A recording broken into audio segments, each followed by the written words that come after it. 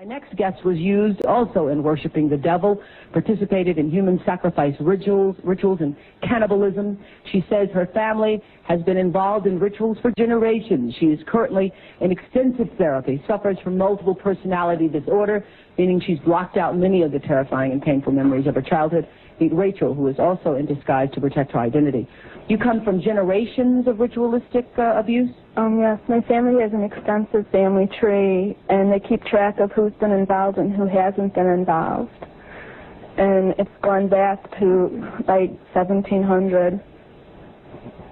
And so you were... Right, I was born into a family that believes in this. And does everyone else think it's a nice Jewish family? Worshipping the devil inside the home? Right. There's other Jewish families across the country. It's not just my own family. Really? I talked to a police detective in the Chicago area, and several of my friends know, and I've spoke publicly before. And so when you were brought up in this kind of evilness, did you just think it was normal? I've blocked out a lot of the memories I had because of my multiple personality disorder.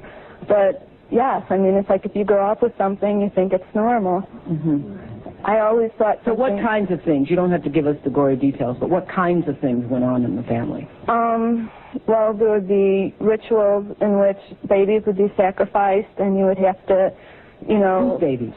There were people who bred babies in their family. No one would know about it. A lot of people were overweight, so you couldn't tell if they were pregnant or not, or they would supposedly go away for a while and then come back. The other thing I want to point out, not all Jewish people sacrifice babies. I mean... No, not all people sacrificing babies. But anyway, so you witnessed the sacrifice... Right. When I was very young, I was forced to participate in that, in which I had to sacrifice an infant. And the purpose of sacrifice is to what? Is to bring you what? What are you sacrificing for? For power. Uh-huh. Power. And so, were you ever used? Were you ever used yourself? I was molested. I was raped several times. Mm-hmm. And what's your mother doing? She's... In all of this? What's her role in all of this? I'm not exactly what her role is. I haven't, recovered all of my memories, but her family was extremely involved. Mm-hmm. She brought me to it. Mm-hmm. Both of my parents brought me to it. And where is she now? She lives in the Chicago metropolitan area. She's on the Human Relations Commission of the town that she lives in, and she's an upstanding citizen. Nobody would suspect her. Were you raised with a sense of right and wrong, Rachel? Yes. I mean, it's like I had both. I mean, to the outside world, everything we did was proper and right, and then there were the nights that things changed, that things just got turned around. What was wrong was right, and what was right was wrong. That's what helps to create somebody to develop MPD. Mm-hmm.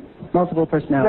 Right. Now, in your family, did you all call it worshiping the devil? No, Rachel? I don't know. It was just evil, these things you did. Right. Well, I said it was evil, and they said it was good.